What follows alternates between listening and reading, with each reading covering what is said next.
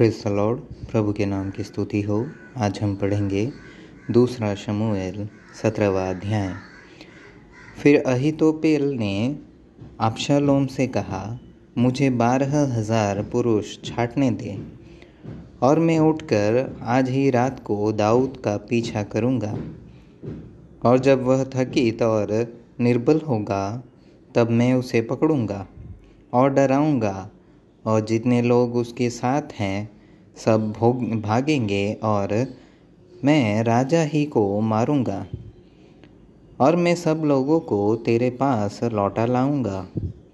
जिस मनुष्य का तू खोजी है उसके मिलने से समस्त प्रजा का मिलना हो जाएगा और समस्त प्रजा कुशल क्षेम से रहेगी। यह बात अबशालोम और सब इज़राइली पुरनियों को उचित मालूम पड़ी। फिर अबशालोम ने कहा, एरे की हुसे को भी बुला ला, और जो वह कहेगा हम उसे भी सुनेंगे। जब हुसे अबशालोम के पास आया तब अबशालोम ने उससे कहा, अहीतोपेल ने तो इस प्रकार की बात कही है, क्या हम उसकी बात माने कि नहीं? यदि नहीं तो तू कह दे। हुशे ने अबशालोम से कहा, जो सम्मति अहीतोपेल ने इस बार दी वह अच्छी नहीं।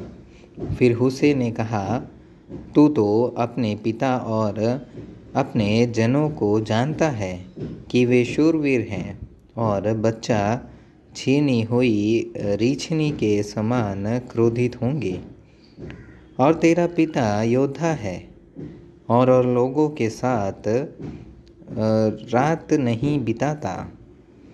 इस समय तो वह किसी गड्ढे व किसी दूसरे स्थान में छिपा होगा।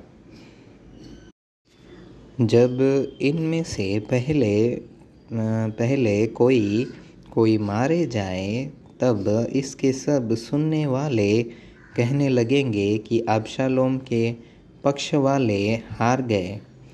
तब वीर का हृदय जो सिंह का सा होता है उसका भी हियाव छूट जाएगा। समस्त इज़राइल तो जानता है कि तेरा पिता वीर है और उसके संगी बड़े योद्धा हैं। इसलिए मेरी सम्मति यह है कि दान से लेकर बेर्शेबा तक रहने वाले समस्त इज़राइली तेरे पास समुद्र तीर की बालू के किनकों के समान इकट्ठे किए जाएं, और तू आप ही युद्ध को जाए, और जब हम उसको किसी न किसी स्थान में जहाँ वह मिले जा पकड़ेंगे, तब जैसे उस भूमि पर गिरती है वैसे ही हम उस पर टूट पड़ेंगे। तब न तो वह बचेगा और न उसके संगियों में से कोई बचेगा।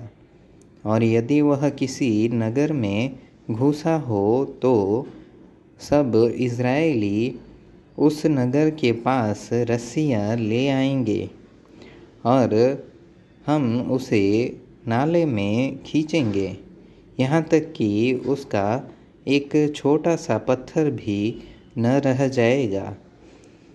तब अबशालोम और सब इज़राइली पुरुषों ने कहा, एरे की हुसे की सम्मति अहीतोपेल की सम्मति से उत्तम है। यहोवा ने तो अहीतोपेल की अच्छी सम्मति को निष्फल करने के लिए ठाना था कि यह अबशालोम ही पर विपत्ति डाले। तब हुसे ने सादोक और एब्यातार याजकों से कहा, अहीतोपेल ने तो अबशालोम और इज़राइली पुरुषों को इस प्रकार की सम्मति दी, और मैंने इस प्रकार की सम्मति दी है।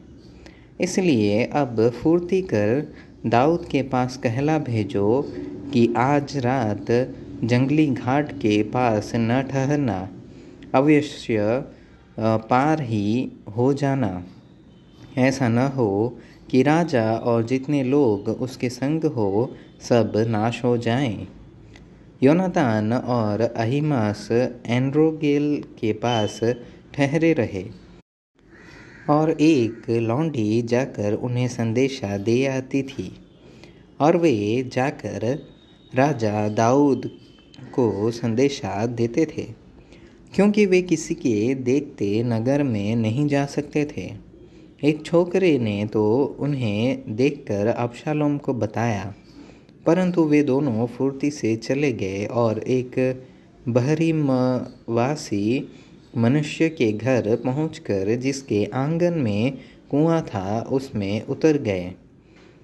तब उसकी स्त्री ने कपड़ा लेकर कुएं के मुंह पर बिछाया और उसके ऊपर दला हुआ सना फैला दिया, इसलिए कुछ मालूम न पड़ा।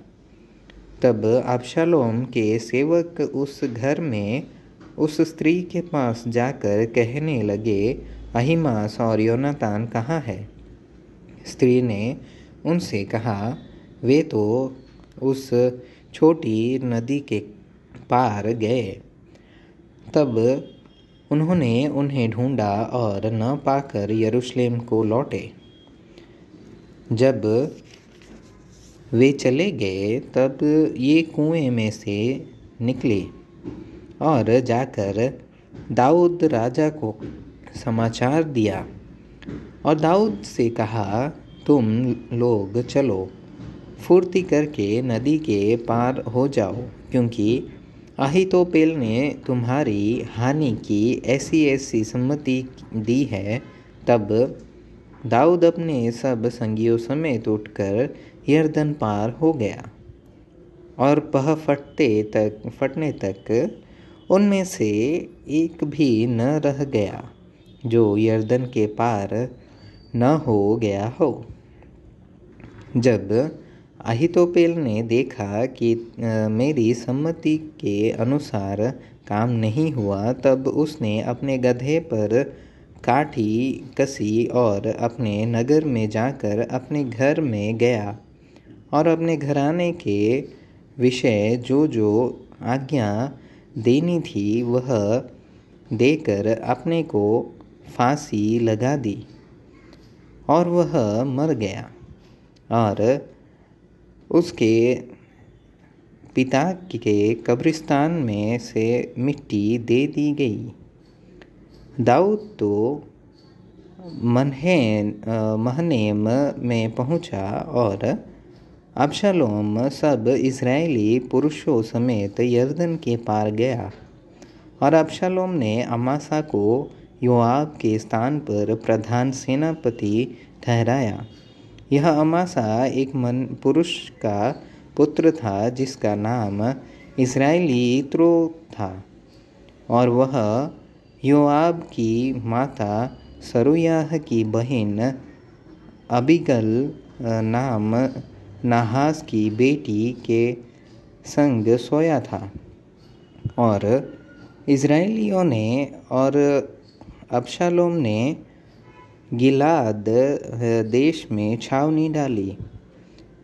जब दाऊद महनेम में आया तब अम्मोनियों ने के रब्बा के निवासी नाहास का पुत्र शोबा और लोदबरवासी अमीएल का पुत्र माकीर और रोगलीमवासी गिलादी बर्जिले चारपाइया तसले मिट्टी के बर्तन गेहूँ जौ मैदा लोबिया मसूर चबेना मधु मक्खन भेड़ बकरियाँ और गाय बैल के दही का पनीर दाऊद और उसके संगियों के खाने को यह सोचकर ले आए कि जंगल में वे लोग भूखे प्यासे और थके मांदे होंगे।